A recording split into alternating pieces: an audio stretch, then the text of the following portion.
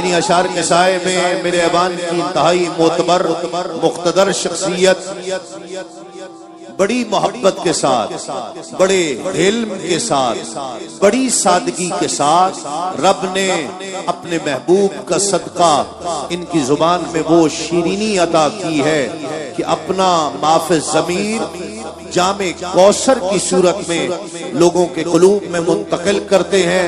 اللہ رب العزت نے یہ ملکہ عطا کیا، لوگوں کے دلوں میں محبتیں عطا کی، محبتوں کے ساتھ ہاتھ اٹھا کر نعروں کی گونج میں استقبال کیجئے اپنی محبوب شخصیت کا۔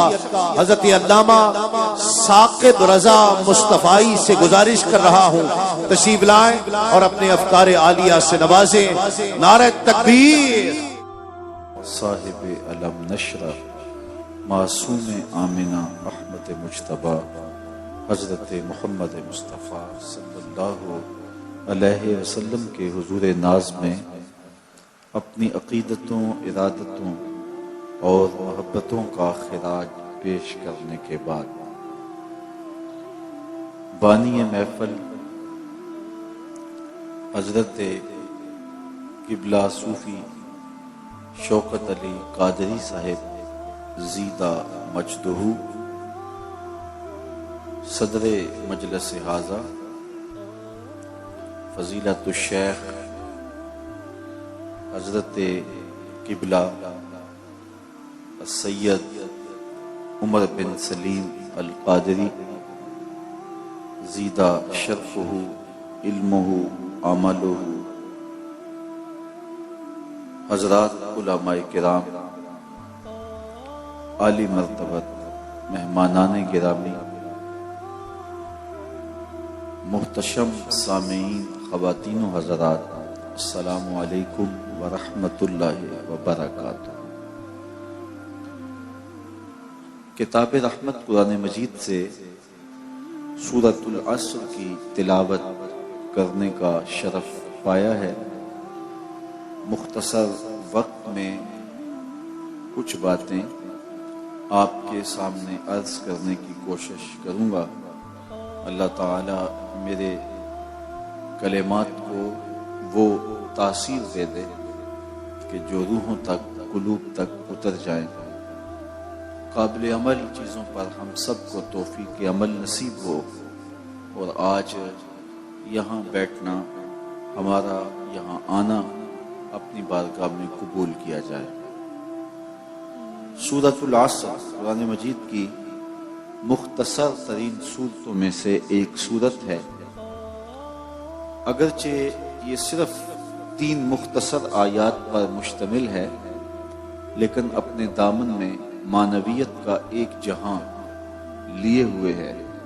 حضرت امام شافعی علیہ رحمہ فرمایا کرتے تھے کہ لوگ اگر قرآن مجید کی صرف اسی ایک سورت پہ غور و تدبر کر لیں تو ان کے دین و دنیا کے لیے یہ سورت ہی کافی ہے۔ مکہ المکرمہ میں 2 صحابی تھے، جب وہ آپس میں ملاقات کرتے، جدا ہونے سے قبل سورۃ العصر کی تلاوت ضرور کرتے۔ یہ سورت قاری قرآن کو ایک نئی قسم کے روبرو کرتی ہے، اور وہ قسم ہے عصر کی۔ ارشاد کیا والعصر ان الانسان لفی خسر، قسم ہے عصر کی، بے شک انسان خسارے میں ہے۔ عصر سے مراد کیا ہے؟ امام فخر الدین رازی جیسے شخص نے اس کے 4 مفہوم بیان کیے ہیں۔ فرماتے ہیں عصر سے مراد مطلق زمانہ ہے، اے الدہر۔ مولا کائنات سیدنا علی المرتضیٰ رضی اللہ تعالی عنہ کا ایک قول اس معنی کو تقویت دیتا ہے، اس کی تائید کرتا ہے کہ اس سے مراد مطلق زمانہ ہے، اس لیے کہ انسان کے خسارے کا بہت بڑا گواہ خود زمانہ ہے۔ اس زمانے نے بڑے بڑے بادشاہوں کے تخت پھٹتے ہوئے دیکھے ہیں، بڑے بڑوں کے تاج اچھلتے دیکھے ہیں، جن کا طوطی بولتا تھا پھر ان کی خاک اڑتے بھی دیکھی ہے۔ دنیا کے اوپر کتنے لوگ آئے لیکن آج ان کا نام بھی نہیں ہے۔ آل ساسان نے 3150 سال ایران پہ حکومت کی ہے اور 150 حکمران یکے بعد دیگرے اس ایک خاندان کے تخت نشین ہوئے۔ یہاں تو 5 سال کے لیے اسمبلیاں بنتی ہیں، حکومتیں بنتی ہیں اور 2-3 سال کے بعد حکومتیں ڈولنے لگ جاتی ہیں، لیکن 3150 سال ایک خاندان تخت ایران پہ متمکن رہا ہے، لیکن آج آل ساسان کو دنیا جانتی بھی نہیں۔ مشتاق یوسفی نے کیا خوب کہا تھا، مٹ گیا مشتاق دل سے رنگ یاد رفتگاں، پھول مہنگے ہو گئے قبریں پرانی ہو گئیں۔ کسی کو آج ان کا نام بھی یاد نہیں، شجرہ بھی یاد نہیں۔ میاں صاحب نے بھی کہا تھا جنہ باجوں ایک پل نہیں سا جیندے اور شکلاں یاد نہ رہی۔ تو انسان کے خسارے کا بہت بڑا گواہ خود زمانہ ہے۔ اس زمانے نے بڑے بڑے لوگوں کے تخت و تاج پھٹتے ہوئے دیکھے اور انہیں پیوندے خاک ہوتے ہوئے دیکھا۔ تو زمانے کی قسم کر کے انسان کے خسارے کی طرف اشارہ کیا۔ دوسرا مفہوم امام رازی نے یہ بیان کیا ہے کہ عصر سے مراد وقت عصر ہے، جب سورج مائل بغروب ہو جائے اور ہر شے کا سایہ اصلی سائے کے علاوہ 2 گنا ہو جائے، اس وقت سے لے کر کے غروب آفتاب تک کا وقت عصر کا وقت کہلاتا ہے۔ چونکہ جب وقت عصر پہ داخل ہوتا ہے تو بہت جلدی سورج ڈوب جاتا ہے۔ غافل انسان کو تنبیہ کی ہے کہ تیری زندگی بھی ڈوبتے ہوئے سورج کی طرح ہے، دیگر تے دن گیا محمد اوڑک نو ڈوب جانا۔ تو یہ غافل انسان کی تنبیہ کے لیے وقت عصر کی قسم کی، تاکہ اسے اپنی زندگی کی بے ثباتی اور زندگی کے مختصر ہونے کی طرف توجہ دلائی جائے۔ تیسرا معنی امام رازی نے یہ کیا کہ عصر سے مراد نماز عصر ہے، کیونکہ یہ بڑے نازک وقت میں ہوتی ہے۔ بالخصوص دکانداروں نے دکان بھی سمیٹنی ہے، گھر جانے کی بھی جلدی ہے، گاہک بھی آ کھڑا ہوا، تو بہت سارے لوگوں کی نماز رہ جاتی ہے۔ پڑھنے والے بھی اس کو ذرا جلدی جلدی پڑھ لیتے ہیں تاکہ آپ گاہک کو بھی ڈیل کر لیں اور دکان بھی سمیٹ لیں اور گھر بھی چلے جائیں، اور بہت سارے لوگوں کی نماز ضائع ہو جاتی ہے۔ تو عصر کی نماز کی قسم کر کے نماز عصر کی اہمیت کو اجاگر کیا گیا کہ رزق کی تلاش میں کہیں رازق کو بھول نہ جانا۔ عصر کی نماز کی اہمیت کو سمجھیں اور انسان کے خسارے کو بیان کیا گیا۔ چوتھا معنی جو امام رازی نے کیا ہے وہ یہ ہے کہ عصر سے مراد زمانہ خاص ہے، مطلق زمانہ نہیں ہے، بلکہ اس سے خاص زمانہ مراد ہے۔ اور امام فرماتے ہیں کہ وہ خاص زمانہ جناب رسالت مآب صلی اللہ علیہ وآلہ وسلم کا زمانہ ہے۔ حضور کے زمانے کی قسم کر کے کہا گیا کہ انسان خسارے میں ہے، اور وہاں باقاعدہ امام رازی نے دلیل دی کہ سورۃ البلد میں اللہ نے محبوب کے زمان کی قسم کی، محبوب کے مکان کی قسم کی۔ لا اقسم بہذا البلد، مجھے قسم ہے اس شہر کی۔ یہ سورت بال اتفاق مکی ہے، مفسرین کی دوسری رائے نہیں ہے، اور حاضہ کا اشارہ قریب کے لیے ہے، تو لازمی طور پہ یہاں سے مراد شہر مکہ ہی ہے۔ تو شہر مکہ کی قسم کی، کیوں؟ یہاں اللہ کا گھر کعبہ ہے، مقام ابراہیم ہے، چاہے زمزم ہے، صفا و مروہ ہے، مزدلفہ ہے، منا ہے، عرفات ہے، مطاف ہے، حتیم ہے، باب کعبہ ہے، ملتزم ہے، رکن یمانی ہے، رکن شامی ہے، رکن اسود ہے، رکن عراقی ہے، سقف بیت اللہ ہے، میزاب رحمت ہے، مستجاب ہے، مستجار ہے۔ لمحہ لمحہ آپ اس شہر میں جب گھومتے ہیں تو قدم قدم پہ عزتوں کے نشان ملتے ہیں۔ تو انسان کا ذہن اس شہر کی گلیوں کا طواف کرتا ہے کہ رب نے رب ہو کے اس شہر کی جو قسم کی ہے، شاید اس لیے کی ہو، شاید اس لیے کی ہو، لیکن میرے رب نے جواب دیا، محبوب عزتوں کے حوالے اپنی جگہ پہ، لیکن میں اس شہر کی قسم اس لیے کر رہا ہوں وَأَنْتَ حِلٌّ بِهَذَا الْبَلَدِ، اس شہر کی گلیوں نے تیرے قدم چومے ہیں، اس شہر کی ہواؤں نے تیرے انفاس کی خوشبو سونگی ہے، قسم مجھے اس لیے کہ محبوب یہاں آپ رہتے ہیں۔ تو اللہ تعالیٰ نے اس شہر کی قسم محبوب کی وجہ سے کی ہے۔ یہاں سے بڑی خوبصورت بات شیخ محقق علیہ رحمہ نے کی۔ علماء کے مابین اختلاف ہے کہ مکہ المکرمہ افضل ہے یا مدینہ تو رسول افضل ہے۔ بعض علماء نے کہا کہ مکہ المکرمہ افضل ہے، دلائل دیے، بڑا وزن ہے دلائل میں۔ بعض نے کہا مدینہ النبی افضل ہے، دلائل دیے، بڑا زور ہے دلائل میں۔ لیکن شیخ محقق علیہ رحمہ اس آیت سے نور لے کر ایک تیسرا مسلک بیان فرمایا۔ بعض نے کہا مکہ شریف افضل، بعض نے کہا مدینہ النبی افضل۔ شیخ کہنے لگے جب حضور مکے میں تھے تو مکہ افضل تھا، جب مدینے آ گئے تو مدینہ افضل ہو گیا۔ جدھر جدھر سے وہ گزرتے گئے مجد و شرف بھی پیچھے پیچھے رہا۔ چند لمحوں کے لیے ٹھہرے تھے تم جس پیڑ کے نیچے، چند لمحوں کے لیے ٹھہرے تھے تم جس پیڑ کے نیچے، سنا ہے آج تک اس پیڑ کا سایہ مہکتا ہے۔ جب مکے میں تھے تو مکہ افضل تھا، جب مدینے آ گئے تو مدینہ افضل ہو گیا۔ چونکہ شرف و مجد تو حضور کے سبب سے ہے نا، شرف مکان کا نہیں ہوتا، شرف مکین کا ہوتا ہے۔ حضرت شیخ شہاب الدین سہروردی علیہ رحمہ سے ایک مرید نے سوال کیا، حضرت ایک مسئلہ پوچھنا چاہتا ہوں۔ وہ بھلا زمانہ تھا جب مرید پیروں سے مسائل پوچھ لیا کرتے تھے اور پیر ناراض نہیں ہوتے تھے، سوال پوچھنے والوں کو مردود الطریقت قرار نہیں دیا کرتے تھے، پڑھے لکھے ہوتے تھے، حوصلہ افزائی کرتے تھے۔ تو مرید نے پوچھا حضرت ایک مسئلہ پوچھنا چاہتا ہوں۔ کہا پوچھئے۔ کہا اس کائنات میں سب سے افضل جگہ کون سی ہے؟ شیخ نے برجستہ جواب دیا بیٹا وہی جگہ جہاں حضور جلوہ فراز ہیں۔ تو شیخ کی بارگاہ میں مرید نے دوسرا سوال کیا، پھر ہم جنت کی آرزو کیوں کرتے ہیں؟ اگر سب سے افضل جگہ وہ ہے تو پھر ہم جنت کی آرزو کیوں کرتے ہیں؟ تو شیخ نے جو جواب دیا وہ سننے کے قابل ہے۔ فرمانے لگے بیٹے جب حضور یہاں ہیں تو یہ جگہ افضل ہے، جب جنت میں ہوں گے تو جنت افضل ہوگی۔ مکے میں ہیں تو مکہ افضل، مدینے میں ہیں تو مدینہ افضل، جنت میں ہیں تو جنت افضل۔ جدھر جدھر سے گزرتے جائیں گے مجد و شرف بھی پیچھے پیچھے رہے گا۔ ایک بار وہ جدھر سے گزرے ہیں نصیر، ایک بار وہ جدھر سے گزرے ہیں نصیر، بار بار ادھر سے بہار گزری ہے۔ اور یہ جوش خطابت نہیں، حقیقت ہے، شرف مکان کا نہیں ہوتا، مکین کا ہوتا ہے۔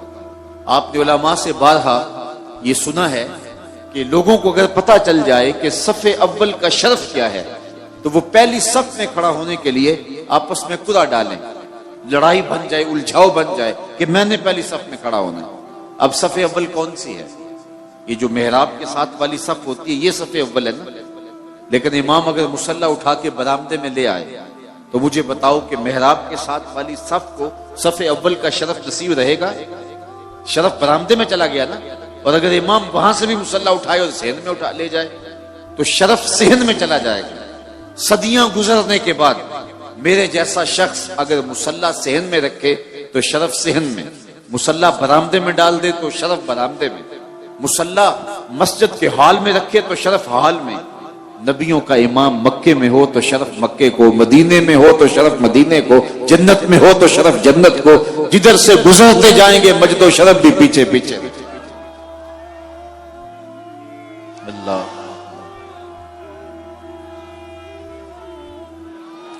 بلکہ ظہوری علیہ رحمہ تو 2 قدم آگے بڑھے اور انہوں نے کمال کر دیا۔ وہ کہتے ہیں مکے کی ہواؤں میں، طیبہ کی فضاؤں میں ہم نے تو جدھر دیکھا سرکار نظر آئے۔ تو کہا قسم ہے مجھے شہر کی، یعنی شہر مکہ کی، اس لیے کہ محبوب یہاں تم رہتے ہو۔ تو محبوب کی وجہ سے اس شہر کی قسم کی گئی۔ حضرت امام راضی نے لکھا کہ سورۃ البلد میں اللہ نے محبوب کے مکان کی قسم کی ہے، تو سورۃ العصر میں محبوب کے زمان کی قسم کی ہے۔ تو پھر ترتیب کلام یوں ہوگی، تیرے مکان کی بھی قسم، تیرے زمان کی بھی قسم، تیرے کوچہ و بازار کی بھی قسم، تیرے لیل و نہار کی بھی قسم۔ محبوب جن جگہوں پہ تیرے قدم لگے ہیں ان جگہوں کی بھی قسم، اور محبوب جن ہواؤں نے تیرے سانس چومے ہیں ان ہواؤں کی بھی قسم، اور جس دور فرخ فال نے، جس عہد خوشحال نے، جس خوبصورت زمانے نے محبوب تیرا وجود پایا ہے، مجھے اس زمانے کی بھی قسم۔ قسم محبوب تیرے عصر نور کی، قسم تیرے عہد ہمایوں کی، بے شک انسان خسارے میں ہے۔ تو محبوب کے زمانے کی قسم کی اس لیے کہ اسے نسبت ہے محبوب کے ساتھ۔ ایک شخص بغداد میں روٹیاں بیچتا تھا، جو تازہ روٹی وہ 1 روپے کی، جو باسی روٹی وہ 2 روپے کی۔ کسی نے اس کو روک کے کہا یہ تیرا ریٹ بڑا عجیب سا ہے، باسی روٹی تو 8 آنے کی ہونی چاہیے، تو الٹا اس کو 2 روپے میں بیچ رہے۔ اس نے کہا نہیں خریدتے ہو تو نہ خریدو، میرا ریٹ یہی رہے گا۔ اس نے کہا بابا بتا تو صحیح، یہ تیرا ریٹ عجیب ہے، سمجھ سے باہر ہے۔ اس نے کہا پھر سنو، تازہ روٹی 1 روپے کی، باسی روٹی 2 روپے کی۔ وہ اس لیے کہ جو باسی روٹی ہے وہ تازہ روٹی کی نسبت 1 دن حضور کے زمانے سے قریب ہے، اس قربت کی وجہ سے اس کی قیمت بڑھ گئی۔ آج آپ کو تھوڑا سا اپنی توجہات اور سماعتوں کو بچا کے بیٹھنا پڑے گا۔ میرے لیے آج تھوڑی مشکل اس لیے ہو رہی ہے کہ میں تھوڑا سا حساس شخص ہوں، اور جنریٹر کی آواز مجھے مسلسل جو ہے وہ اذیت دے رہی ہے، اور پھر یہ تسلسل کا ٹوٹنا بھی حساس طبیعتوں پہ بڑا ناگوار ہوتا ہے۔ اقبال نے کہا تھا نا، نظارے کے لیے جنبش مژگاں بھی بار ہے، نرگس کی آنکھ سے تجھے دیکھا کرے کوئی۔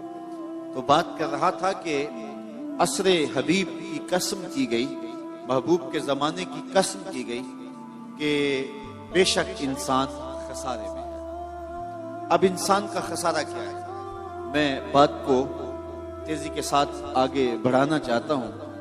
تو انسان کا خسارہ کیا ہے؟ کہا قسم محبوب تیرے زمانے کی کہ بے شک انسان خسارے میں ہے۔ ویسے آج کا انسان تو خسارہ مانتا نہیں، اپنے عمل سے، رویے سے وہ اس بات کا انکار کرتا ہے، میں تو خسارے میں نہیں ہوں، میں تو ہواؤں کے دوش پہ اڑتا ہوں، میں تو پانی کی تہ میں اترنے کے فن سے آشنا ہوں، میں تو ایٹم کا کلیجہ شک کر لیا ہے، میں تو چرخ پہ گھومتا ہوں، میں تو پانیوں کو مسخر کر لیا ہے، میں تو ہواؤں کو اپنی قید میں کر لیا ہے، میں تو چاند کی چھاتی رون چکا ہوں، میں تو مریخ کے سفر کی تیاریوں میں ہوں۔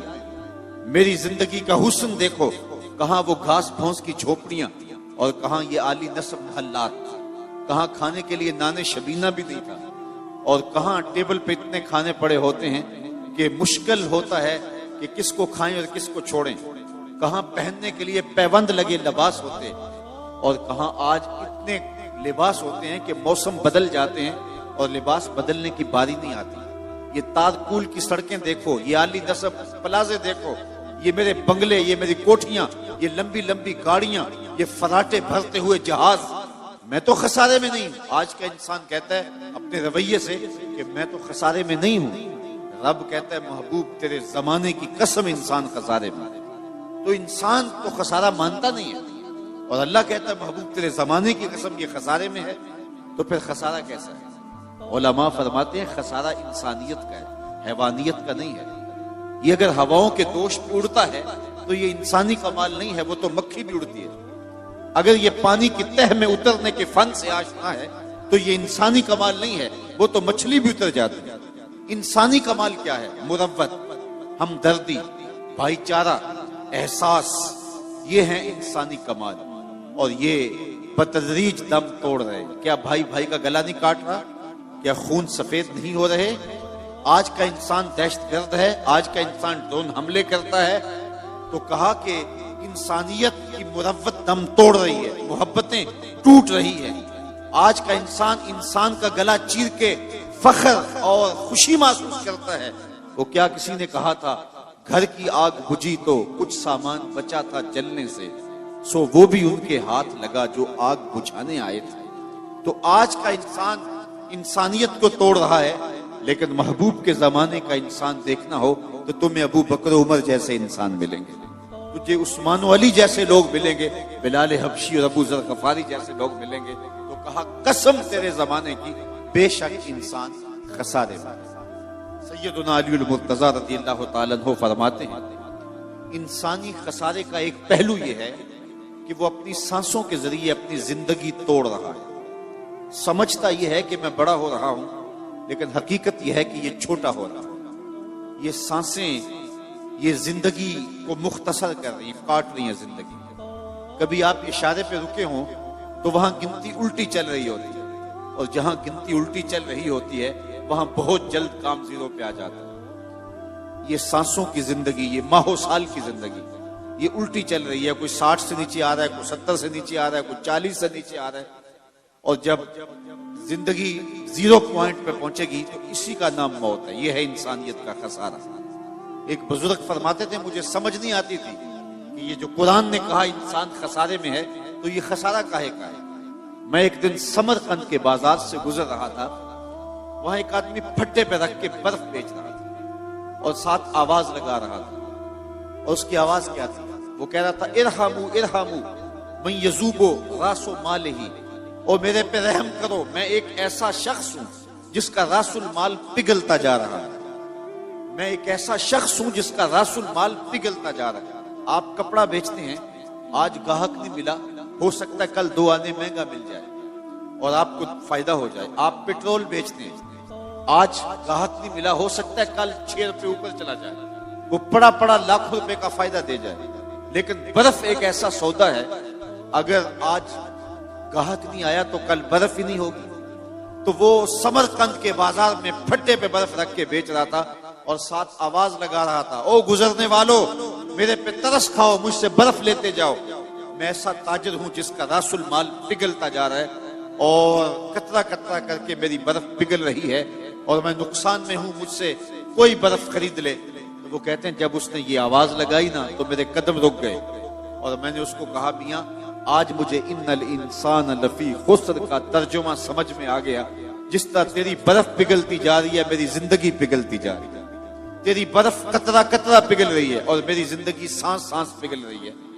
آج اگر تو برف بیچ لے، اس کے بدلے درہم لے لے، اس کے بدلے دینار لے لے، اس کے بدلے کوئی جنس لے لے، اس کے بدلے پارچہ جات لے لے، کوئی اور چیز لے لے، تو تیری برف کام آ گئی. میں بھی اس زندگی کے بدلے درود پڑھ لوں، سلام پڑھ لوں، سجدہ کر لوں، قیام کر لوں، کسی دکھی کے سر پہ ہاتھ رکھ دوں تو یہ میری پگھلتی ہوئی زندگی میرے کام آ جائے گی. میں آپ کو کہتا ہوں آپ اللہ کا شکر ادا کریں. سانسیں آپ کی بھی گزر رہی ہیں اور اس وقت جو ہے وہ آوارگی میں بیٹھے ہوں گے، سانس ان کی بھی اسی رفتار کے ساتھ چل رہی ہے، لیکن وہ سانسیں بیچ کے جو ہے وہ نہ جانے کیا خرید رہے ہیں. لیکن آپ کو مبارک ہو، آپ سانسیں بیچ کے اللہ کا قرآن خرید رہے ہیں، سانسوں کے بدلے میں درس قرآن لے رہے ہیں. تو یہ ہے زندگی کی قیمت جو آپ اور میں وصول کر رہے ہیں. اور رات کے لمحوں کے اندر، بابرکت گھڑیوں کے اندر ہماری سانسوں کا مل پڑ رہا ہے، ورنہ سانسیں سو کے بھی گزر جائیں گی، آوارگی میں بھی گزر جائیں گی، عیش و عشرت میں بھی گزر جائیں گی. خوش نصیب ہیں وہ گھڑیاں جو یاد خدا میں گزر جاتی ہیں، یاد رسول میں گزر جاتی ہیں. تو خسارہ یہ ہے کہ انسان اپنی سانسوں کے ذریعے اپنی زندگی کو توڑ رہا ہے. وہ سمجھتا یہ ہے کہ میں بڑا ہو رہا ہوں، لیکن حقیقت میں وہ چھوٹا ہو رہا ہے.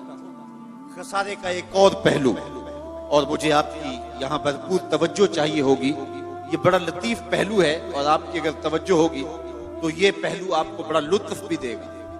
خسارہ یہ ہے کہ حضرت انسان کو اللہ نے ایک کمال دیا ہے، یا کسی بھی شے کو اللہ تعالیٰ نے ایک کمال دیا ہے، اسے دوسرے کمال سے محروم رکھا ہے، تو وہ شے کہتی ہے میں خسارے میں. مثال کے طور پہ پھولوں میں خوشبو ہے لیکن روشنی نہیں ہے، تو یہ پھول کہیں گے ہم روشنی کے خسارے میں. چاند میں روشنی ہے لیکن خوشبو نہیں ہے، تو چاند کہے گا میں خوشبو کے خسارے میں. بلبل کہے گی میری آواز میں تو جادو ہے لیکن میرے پنجوں میں زور نہیں. شیر کہتا ہے میرے پنجوں میں زور ہے لیکن میں اڑنا نہیں جانتا. مور کہتا ہے میرے پروں میں حسن ہے لیکن میرے پاؤں بدصورت ہے. تو ہر شے کسی نہ کسی طرح خسارے میں. انسانوں کو دیکھ لیں، ایک بچے سے پوچھ لیں، بچہ کہتا ہے میرے پاس بچپنے کی معصومیت تو ہے لیکن کیا کروں کہ جوانی کا زور نہیں، لہٰذا میں اس خسارے میں. ایک جوان سے پوچھیں، وہ کہتا ہے جوانی کا باقپن تو ہے، بڑھاپے کے تجربے نہیں. ایک بوڑھے سے پوچھیں، وہ کہتا ہے بڑھاپے کے تجربے تو قطار اندر قطار ہیں لیکن کیا کروں بچپنے والی موج نہیں رہی، وہ اپنی خوشی سے جانا، وہ اپنی خوشی سے آنا. اقبال کہتا ہے جنبش زنجیر در سے لطف آتا تھا مجھے، کوئی کنڈی بھی ہلا دیتا تھا تو اس سے بھی مزہ لے لیتے تھے. آج تو نغمے بھی نہیں نہ بہلاتے، اس وقت ہلتی ہوئی کنڈی سے بھی مزہ لے لیتے تھے. آج محل بنا کر بھی تسکین نہیں ملتی. کیسا زمانہ تھا جب گلی میں کوئی ریت پھینک جاتا تو ہولے سے جو ہے وہ ریت میں پاؤں رکھ کے اس کے اوپر ریت تھپک لینا، پھر پاؤں نکال لینا، اور اگر وہ گھروندہ بچ جاتا تو اتنی خوشی ہوتی۔ آج بنگلہ بنا کر بھی وہ خوشی نہیں ہوتی جو بچپنے میں وہ گھروندہ بنا کر ہوتی تھی۔ وہ کیا کسی نے کہا کہ آج دنیا چاند پہ جانے کے لیے بے چین ہے؟ کیسا زمانہ تھا کہ بچپن میں جب ہم خود ہی چاند ہوا کرتے تھے، اپنے جل جانے کا بھی احساس نہیں تھا، جلتے ہوئے شعلوں کو چھیڑا کرتے تھے۔ اب تو ایک آنسو بھی باعث رسوائی ہے، بچپن میں جی بھر کے رویا کرتے تھے۔ وہ کیسا زمانہ تھا، وہ کیسی گھڑیاں تھی، روٹھ جاتے تو منانے کے لیے کیا ہوا کرتے تھے لوگ، وہ کیا مزے تھے۔ کسی نے کہا یہ دولت بھی لے لو، یہ شہرت بھی لے لو، بھلے چھین لو مجھ سے میری جوانی، مگر مجھ کو لوٹا دو بچپن کا ساون، وہ کاغذ کی کشتی، وہ بارش کا پانی۔ تو ایک بوڑھے سے پوچھے، وہ کہتا ہے بڑھاپے کے تجربے تو ہیں لیکن بچپنے کی موج نہیں رہی، وہ کاغذ کے جہاز اور وہ کاغذ کی کشتیاں، وہ زمانہ بچپن کا، لہٰذا میں اس خسارے میں آ گیا ہوں کہ وہ بچپن کی موج نہیں رہی، وہ حسن نہیں رہا۔ ایک عالم سے پوچھیں، وہ کہتا ہے علم کا نور تو ہے لیکن سحر کی سسکیاں نہیں ہیں۔ ایک شب زندہ دار سے پوچھیں، وہ کہتا ہے سحری کا رونا تو ہے لیکن علم کا جمال نہیں ہے۔ تو ہر شے کسی نہ کسی خسارے میں ہے، کسی کو خوشبو کا خسارہ، کسی کو روشنی کا خسارہ، کسی کو جوانی کا خسارہ، کسی کو معصومیت کا خسارہ۔ لیکن اگر تمہیں شوق آ جائے کسی ایسی ذات سے ملنے کا جس میں کوئی خسارہ نہ ہو، حسن کی ساری شوخیاں اور جمال کے سارے کرینے ایک پیکر میں ڈھونڈنا چاہتے ہو، تو رب کہتا ہے آؤ مدینے کی گلی میں آ جاؤ، میں نے ایک ذات محمد عربی کی ایسی بنائی ہے جس میں کوئی خسارہ رکھا ہی نہیں ہے۔ حسن یوسف دم عیسیٰ ید بیضا داری، آنچ خوباں ہما دارن تو تنہا داری۔ تم نے پھوٹتے جھرنوں کا حسن دیکھا ہوگا، تم نے بہتی ندیوں کا جمال ملاحظہ کیا ہوگا، تم نے ساون کی رتوں کے مزے لیے ہوں گے، کوسے قضا کی رنگینیاں اور دھنک کی شوخیاں تم نے دیکھی ہوں گی، اور تم نے تتلی کے پروں میں قدرت کی صنائی اور کاریگری دیکھی ہوگی، مور کے پروں میں قدرت کی مینا کری کاری کے رنگ دیکھے ہوں گے، تم نے معصوم بچے کی مسکراہٹ اور بوڑھے کے بالوں کی سفیدی بھی دیکھی ہوگی، تم نے ساون کے نچڑتے بادل بھی دیکھے ہوں گے، پھوٹتے جھرنے اور بہتی ندیاں تم نے ملاحظہ کی ہوں گی۔ لیکن یہ سارے حسن اور سارے جمال ایک جگہ میں مجتمع دیکھنا چاہتے ہو، تو رب کہتا ہے وہ میں نے ایک ہی ذات محمد عربی کی بنا دی۔ کائنات حسن جب پھیلی تو لامحدود تھی، اور جب سمٹی تو تیرا نام بن کے رہ گیا۔ قسم محبوب تیرے زمانے کی، بے شک انسان خسارے میں۔ اچھا، خسارے سے کوئی بچا ہوا بھی ہے؟ رب نے جو خسارے کی بیماری حضرت انسان کو لگ گئی، تو اس کے بیان کرنے کا مقصود کیا تھا؟ کیا انسان کو خوف زدہ کرنا مقصود تھا، یا اس کو یہ خطرناک مرض بتا کے اس کو علاج کی طرف متوجہ کرنا مقصود؟ جس طرح کسی مریض کو کینسر ہو جائے تو ڈاکٹر حکیم حاذق اسے بتاتا ہے کہ تجھے یہ موذی مرض لگ گیا ہے، تو اس کا یہ مقصد کبھی نہیں ہوتا کہ اس کی زندگی کی جو چند سانسیں ہیں ان کو بھی میں اوکھا کر دوں، بلکہ اس کا مقصد یہ ہوتا ہے کہ اس خطرناک بیماری سے آگاہ کر کے اس کو علاج کی طرف متوجہ کروں، تاکہ یہ پرہیز کر کے اپنی بیماری کا علاج کر سکے۔ میں حضرات آپ کی توجہ چاہوں گا، میرے رب نے یہاں انسان کو لگی ہوئی بیماری جو خسارے کی صورت میں لگ گئی ہے، اس کو بیان کرنے کا یہ مقصود ہے کہ اس کو علاج کی طرف متوجہ کیا ہے، اور وہ علاج بھی قرآن مجید کی اسی صورت کے اندر بیان فرما دیا کہ انسان تجھے خسارے کا مرض لگ گیا ہے، اور اگر تو خسارے سے بچنا چاہتا ہے تجھے میں علاج بھی دیتا ہوں۔ الا الذین آمنوا، خسارے سے بچنا ہے تو میرے محمد عربی کا دامن پکڑ لے، کیونکہ ایمان حضور سے وابستگی کا نام ہے، حضور سے تعلق خاطر کا نام ہے، تو اس لیے کہا الا الذین آمنوا، ساتھ علاج بھی بتایا۔ اگر تو چاہتا ہے کہ میں خسارے سے بچ جاؤں تو علاج یہ ہے کہ میرے محبوب کے دامن سے وابستہ ہو جا، پھر خسارے سے بچ جائے گا، خسارہ تیرا کچھ بگاڑ نہیں سکتا، تو ورنہ حالات کا جبر تجھے پیس کے رکھ دے گا۔ میں یہاں ایک سادی سی مثال دیا کرتا ہوں۔ کسی زمانے میں چکی سے آٹا پیستے تھے، اور آج وہ دور نہیں رہا۔ چکی کے دو پتھر ہوتے ہیں، ایک نیچے والا ساکن و جامد، اور اوپر والا متحرک، درمیان میں خالی جگہ ہوتی ہے جہاں کلی لگی ہوئی ہوتی ہے اور اس میں دانے ڈالتے ہیں، ہمارے علاقے میں اسے گالا کہتے ہیں، اور پھر چکی کو گھماتے ہیں تو جو دانے ان پتھروں کے نیچے آ جاتے ہیں وہ پس جاتے ہیں اور جو کلی کے ساتھ جڑ جاتے ہیں وہ بچ جاتے ہیں۔ رب کہتا ہے محبوب تیرے زمانے کی قسم، بے شک انسان خسارے میں ہے، بچے گا وہی جو تیرے دامن سے جڑ کے رہے۔ تو خسارے سے بچنا چاہو تو حضور کے دامن سے وابستگی اختیار کرنا ہوگی۔ دنیا کے اوپر کتنے لوگ آئے اور چلے گئے، خسارے سے اپنے آپ کو بچا نہ پائے، لیکن جو بھی میرے حضور کے دامن سے وابستہ ہو گئے وہ خسارے سے بچ گئے۔ میں آپ سے پوچھتا ہوں کہ جس زمانے میں میرے حضور تشریف لائے تھے اس دور کے خاقان کا نام کیا تھا؟ شاید اس بھرے مجمع میں کوئی مشکل سے چند لوگ ہوں گے جو خاقان کا نام بتا سکیں۔ اچھا میں پوچھتا ہوں جس زمانے میں میرے حضور تشریف لائے اس دور کے کیسر کا نام کیا تھا؟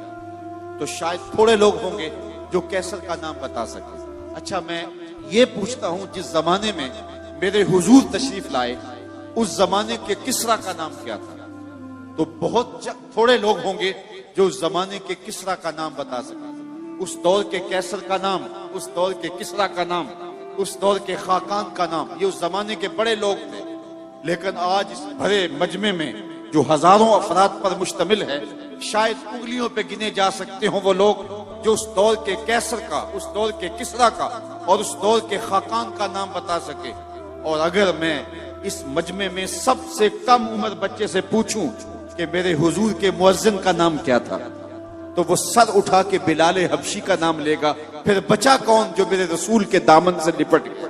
اقبال یہ کس کے عشق کا فیض عام ہے، رومی فنا ہوا حبشی کا دوام، رومی فنا ہوا حبشی کو دوام ہے، تو بچا وہ جو میرے محبوب کے دامن سے لپٹ گیا۔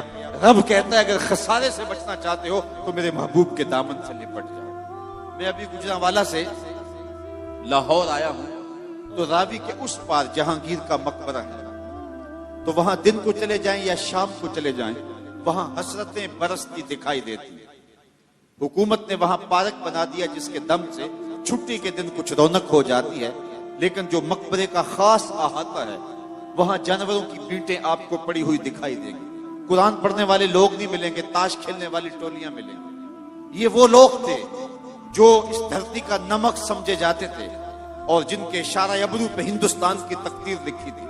بالکل بادشاہ کے ساتھ اس کی محبوب بیوی ملکہ نور جہاں کا مقبرہ ہے۔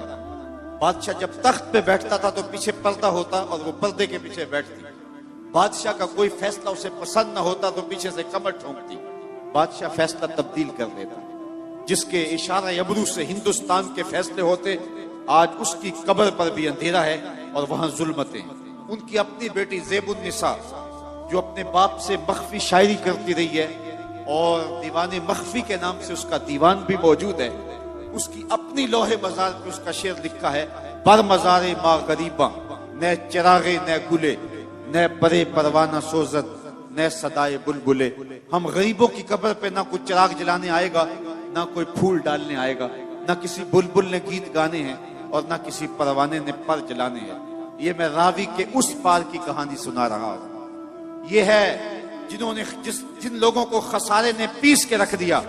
اور آؤ راوی کا پل پار کر جاؤ، ایک لوح مزار ادھر بھی ہے، وہاں تو لکھا ہے بر مزار ما غریباں نہ چراغے نہ گلے نہ پرے پروانہ سوزت نہ صدائے بلبلے۔ اور جو لوح مزار راوی کے اس پار ہے وہاں لکھا ہے گنج بخش فیض عالم مظہر نور خدا ناکساں پیر کامل کاملاں را رہنما سید حجویر مخدوم امم مرکد او پیر سنجر را حرم۔ پھر خسارے سے بچا کون جو محمد عربی کے دامن سے لپٹ۔ تو کہا اگر خسارے سے بچنا چاہتے ہو تو میرے محبوب کے دامن سے لپٹ جاؤ۔ قسم ہے محبوب تیرے زمانے کی، بے شک انسان خسارے میں ہے، بچے گا وہ جو تیرے دامن سے وابستہ ہو جائے۔ الا الذین آمنوا وعملوا الصالحات۔ دوسری بات وہ یہ ہے کہ اعمال صالحہ ہمارے احناف کے نزدیک ایمان مجرد تصدیق قلبیہ کا نام ہے۔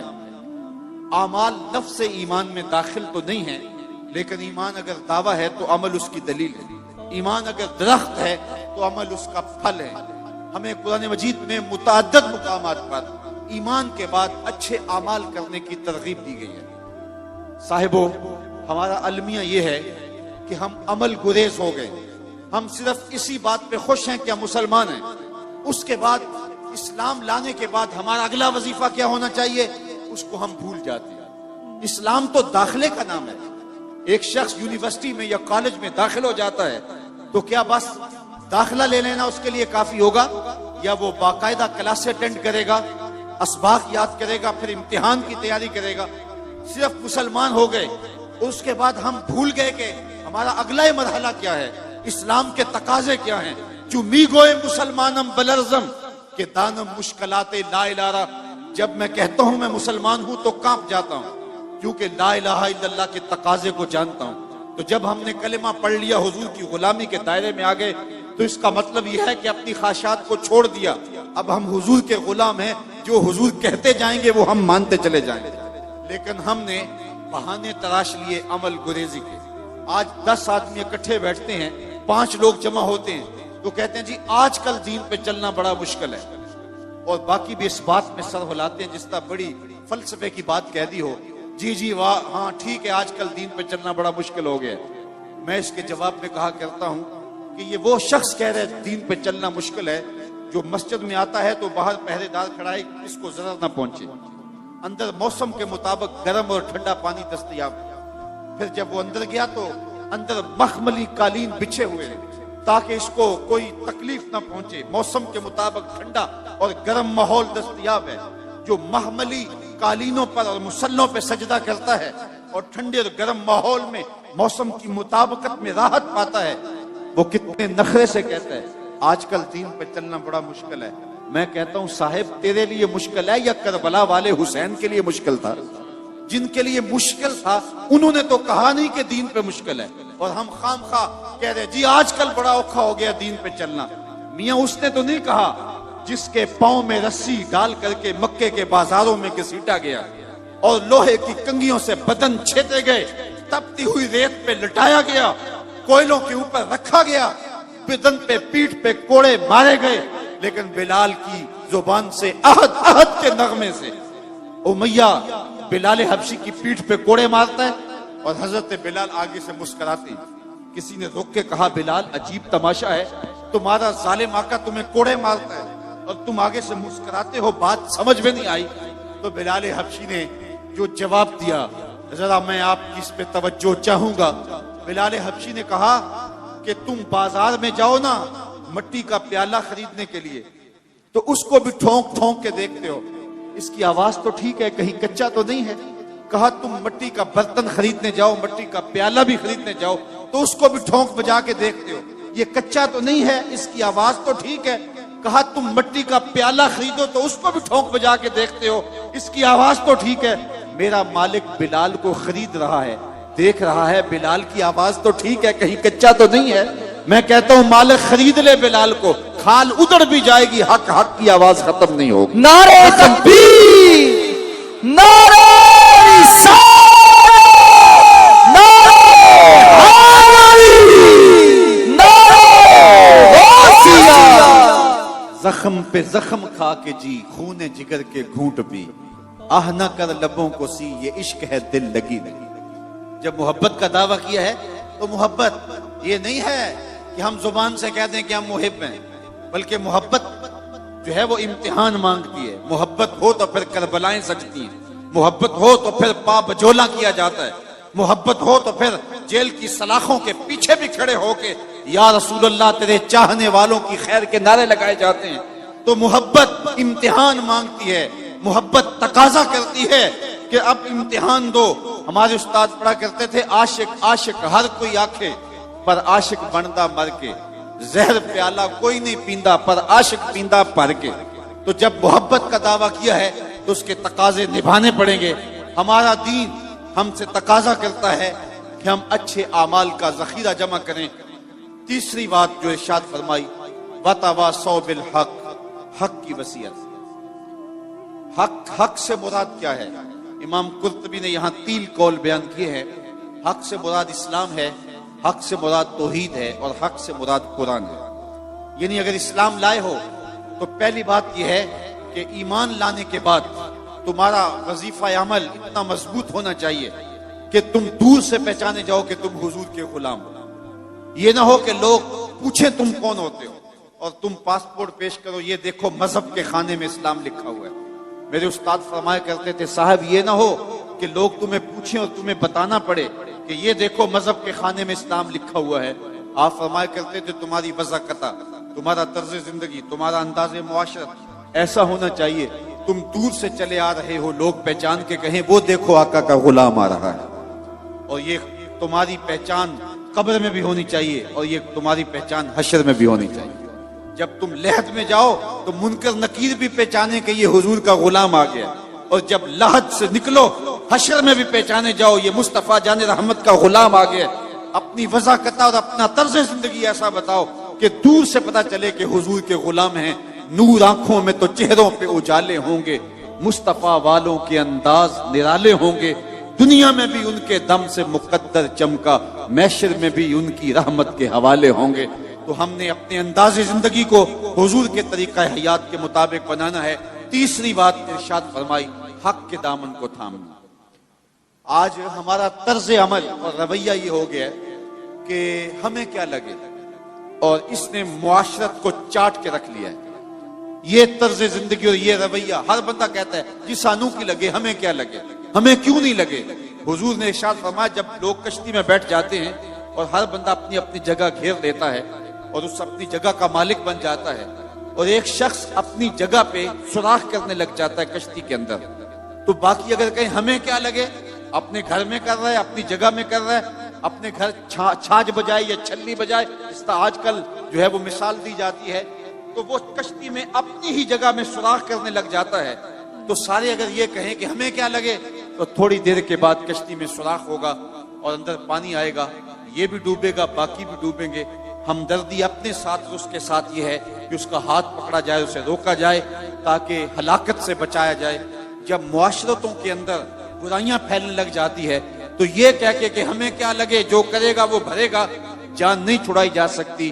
پورے معاشرے کے مؤثر طبقے اور ہر ذمہ دار شخص برائی کو روکنے کے لیے میدان عمل میں جب آئے گا تو پھر ستھرے معاشرے تشکیل پائیں گے. حضور نے ارشاد فرمایا من رعا منکم منکرا فلیغیرہ بیدہ فإن لم یستطع فبلسانہ فإن لم یستطع فبقلبہ وذلک اضعف الایمان. فرمایا تم میں سے اگر کوئی شخص برائی ہوتے دیکھے تو وہ ہاتھ سے روکے، ہاتھ سے نہیں روک سکتا تو زبان سے روکے، یہ طاقت بھی نہیں ہے تو پھر دل سے برا جانے، اور یہ سب سے کمزور ترین ایمان کی علامت ہے. لیکن ہم دل سے بھی برا نہ جانیں، ہم غنڈے بدماش اور برائی کو پھیلانے والے کو جھک جھک کے سلامیاں پیش کر رہے ہوں تو معاشرتوں میں کبھی بھی پاکیزگیاں نہیں آ سکتی. ہم روزانہ اپنے رب سے وعدہ کرتے ہیں وَنَخْلَعُ وَنَتْرُكُ مَنْ يَفْجُرُكَ، یہ دعائے قنوت میں روز پڑھتے ہیں، اے اللہ جو تیرے حکموں کا باغی ہوگا ہمارا اس سے کوئی تعلق نہیں ہوگا. آج کے اس اجتماع میں آنے والوں اپنی ذمہ داریوں کو سمجھو، اور اسلام نے ہمیں جو خوبصورت نظام زندگی دیا ہوا ہے اس سے نفع حاصل کر کے اس معاشرے کو جہنم زار ہونے سے بچاؤ اور اس معاشرے کو پاکیزہ کرو. آج ہی ہم یہاں نکل رہے تھے تو اتنی بچیوں کے جہیز کے حوالے سے بات ہوئی تو مجھے ایک دوست کہنے لگا کہ مجھے ایک فون آیا ہے کہ میری بیٹی جوان ہے تو وہاں میری بیٹی کے لیے بھی سفارش کیجئے. تو میں نے کہا صاحب وہاں سفارش تو نہیں ہے اور وہاں قرآن اندازی ہے. تو ایک صوفی شوکت علی قادری صاحب کتنی بیٹیوں کا جہیز دیں گے، 100 50 2000 کتنی بیٹیوں کے لیے وہ جہیز فراہم کر لیں گے. ہمیں عملی طور پہ جدوجہد کرنی چاہیے کہ معاشرے کے اندر سے اس رسم بد کو مٹایا جائے اور ہم ایک ایسا پاکیزہ معاشرہ تشکیل دیں کہ جہاں جو ہے وہ انسانی قدروں کا حیا ہو، اور معاشرے کے اندر جو پھیلی ہوئی غلاظتیں ہیں اور غلط رسومات ہیں جنہوں نے معاشرے کا سکھ چھینا ہوا ہے. آپ کیا اندازہ کر سکتے ہیں اس بوڑھے غریب والدین کا جس کو کبھی بازار میں جا کے دہاڑی بھی نہیں ملتی اور اس کی دہلیز کے اوپر جوان بیٹیاں بیٹھی ہیں اور ان کا رشتہ کوئی اس لیے قبول نہیں کرتا کہ ان کے غریب ماں باپ کے ساتھ جہیز، ان کے پاس جہیز کے لیے دینے کے لیے کچھ موجود نہیں ہے. تو وہ کیا کسی نے کہا کتاب زیست کا ایک اور باب بیت گیا، جہیز بن نہ سکا اور شباب بیت گیا. آج کتنی بیٹیوں کے شباب بیت رہے ہیں اور وہ بڑھاپے کی دہلیز میں جا رہی ہیں اور بوڑھے ماں باپ جہیز دینے کی پوزیشن میں نہیں ہیں. کیا ہم اس ظالمانہ رسم کے خلاف کھڑے نہیں ہوں گے؟ صرف ہم یہ کہہ دیں گے کہ ہمیں کیا لگے. نہیں، من رہا منکم منکرن فلیغیرہ بیدہ فإن لم یستطع فبلسانہ فإن لم یستطع فبقلبہ. یہ ہماری ذمہ داری ہے کہ ہم باطل جو ہے وہ نظام کے خلاف، باطل فکر کے ساتھ اور معاشرتی برائیوں کے خلاف پوری قوت کے ساتھ کھڑے ہو کر کے ایک پاکیزہ معاشرت کی تشکیل کے لیے کوشاں ہو جائیں. بے مقصد زندگی گزارنے کا کوئی فائدہ نہیں. مومن کی زندگی جس میں وہ خسارے سے بچ سکتا ہے اور قوم کو اجتماعی خسارے سے بچا سکتا ہے، وَتَوَاصَوْا بِالْحَقِّ کا زمرہ ہے. اور اس کا ایک معنی یہ بھی ہے کہ قرآن کے پیغام کو عام کیا جائے. آج ہمارا اللہ ماشاءاللہ جو ہماری مجموعی فکر ہے وہ قرآن مجید کی فکر کے ابلاغ کو چھوڑ چکی ہے. ہمارا انداز یہ ہے کہ قرآن جس مقصد کے لیے نازل ہوا تھا آج ہم اس کو ترک کر چکے ہیں. قرآن مجید ایک زندہ کتاب ہے. اتنا خوبصورت نصاب کسی قوم کے پاس نہیں ہے. نصاب حیات، نصاب زندگی، منشور حیات کسی قوم کے پاس نہیں ہے. لیکن اس کے باوجود آج ہم دنیا کے اوپر رسوا ہو رہے ہیں. اتنی خوبصورت تھیوری ہونے کے باوجود ہم رسوا کیوں ہو رہے ہیں؟ اس لیے کہ اس تھیوری کے مطابق ہمارا پریکٹیکل نہیں ہے. ہماری زندگی اس قرآن کی تعلیمات کے مطابق نہیں گزر رہی ہے. آج دنیا کے اوپر رسوائی، ذلت ہمارا مقدر بن گئی. اقبال نے جب شکوے کی زبان کھولی نا تو شکوہ رب سے کیا تو لہجہ بڑا تلخ ہو گیا. تیرے کعبے کو جبینوں سے بسایا ہم نے، نو انسانی کو غلامی سے چھڑایا ہم نے، صفائے دہر سے باطل کو مٹایا ہم نے، تیرے قرآن کو سینوں سے لگایا ہم نے. پھر بھی ہم سے گلا ہے کہ وفادار نہیں. ہم وفادار نہیں، تو بھی تو دلدار نہیں. بڑا سخت لہجہ تھا، لیکن جب جواب آیا تو سارا نشہ اترتا ہے. لفظ وہی ہیں، صرف صیغہ بدلتا ہے.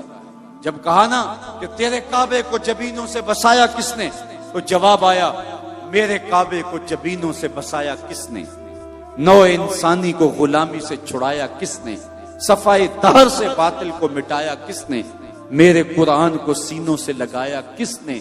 تھے تو آباب تمہارے ہی مگر تم کیا ہو، ہاتھ پہ ہاتھ دھرے منتظر فردا ہو، ہر کوئی مستے میں ذوق تن آسانی ہے. تم مسلمان ہو یہ انداز مسلمانی ہے، حیدری فقر ہے نئے دولت عثمانی ہے. تم کو اسلاف سے کیا نسبت روحانی ہے، وہ معزز تھے زمانے میں مسلمان ہو کر، تم خار ہوئے ہو تارک قرآن ہو کر. آج کتاب ہم نے اس لیے رکھی ہے کہ بیٹی کو جب رخصت کریں گے تو قرآن کے سائے تلے سے گزار دیں گے. جب لڑائی ہو گئی تو قسم کے طور پہ قرآن کو سر پہ اٹھا لیں گے. نئی دکان بنائی ہے، مکان بنایا ہے، بچوں کو بلا کے قرآن پڑھا لیں گے. بوڑھے فوت ہو جائیں گے تو اس قرآن مجید کی تلاوت کروا کے ان کو اصالہ ثواب کریں گے. میں اس کا انکار نہیں کرتا قرآن کی برکتیں مرنے والے کی قبر میں اترتی ہیں. میں اس کا انکار بھی نہیں کرتا قرآن کے نور کے مقابلے میں کوئی نار نہیں ٹھہر سکتی. جن بھگانے کے لیے یہ اچھا نسخہ ہے. میں اس بات کا بھی انکار نہیں کرتا کہ مکان میں پڑھاؤ تو برکت ہوگی، لیکن میرا نقطہ نظر وہی ہے جو اقبال کی فکر ہے. بندے صوفی و ملا اسیری حیات از حکمت قرآن گیری، با آیات اشترا کار جزی نیز یاز یاسین او آساں بمیری. اقبال کہتا ہے تو جاہل صوفی اور کاہل ملا کے ایسے پھندے میں پھنسا کہ تو نے قرآن سے زندگی تلاش نہیں کی. قرآن کی آیتوں سے تجھے صرف اتنا سروکار ہے، جب تیرے بوڑھے کی روح اٹک گئی تو تو سورہ یاسین لے کے بیٹھ گیا کہ میں قرآن کی تلاوت کروں، سورہ یاسین پڑھوں تو اس کی روح آسانی سے نکل جائے. اقبال کہتا ہے اس میں کوئی شک نہیں، اس کی روح آسانی سے نکل جاتی ہے. لیکن افسوسناک پہلو یہ ہے کہ اس قرآن سے بھی تو نے مرنا سیکھا، کاش اس قرآن سے جینا سیکھ لیا ہوتا. یہ کتاب زندہ ہے، یہ حیات آفری کتاب ہے. اس کا لفظ لفظ حیات دیتا ہے، زندگی کی خیرات بانٹتا ہے. لیکن اس کتاب سے بھی تو نے مرنے کی راہیں تلاش کی، اس سے تو نے جینے کا راستہ تلاش نہیں کیا. وَتَوَاصَوْا بِالصَّبْرِ، آخری بات کہ صبر کے دامن کو مضبوطی سے تھام لو. صبر کے دو معروف مفہوم حضرات مفسرین نے بیان کیے ہیں.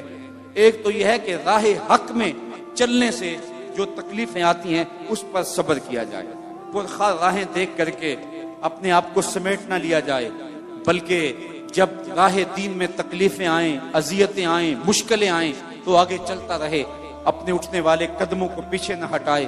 تو رہنورد شوق ہے منزل نہ کر قبول، لیلا بھی ہم نشیں ہو تو محمل نہ کر قبول۔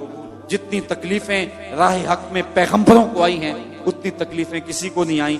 میرے اور آپ کے آقا و مولا حضور نبی رحمت صلی اللہ علیہ وسلم نے ارشاد فرمایا جتنی تکلیفیں مجھے ملی ہیں کسی رسول اور پیغمبر کو نہیں ملی ہیں۔ تو اس راستے کے اندر آگے چلو، دکھ آئیں، تکلیفیں آئیں، راہ خدا کے اندر اذیتیں پہنچیں، ان کو برداشت کرے، سینے سے لگائے۔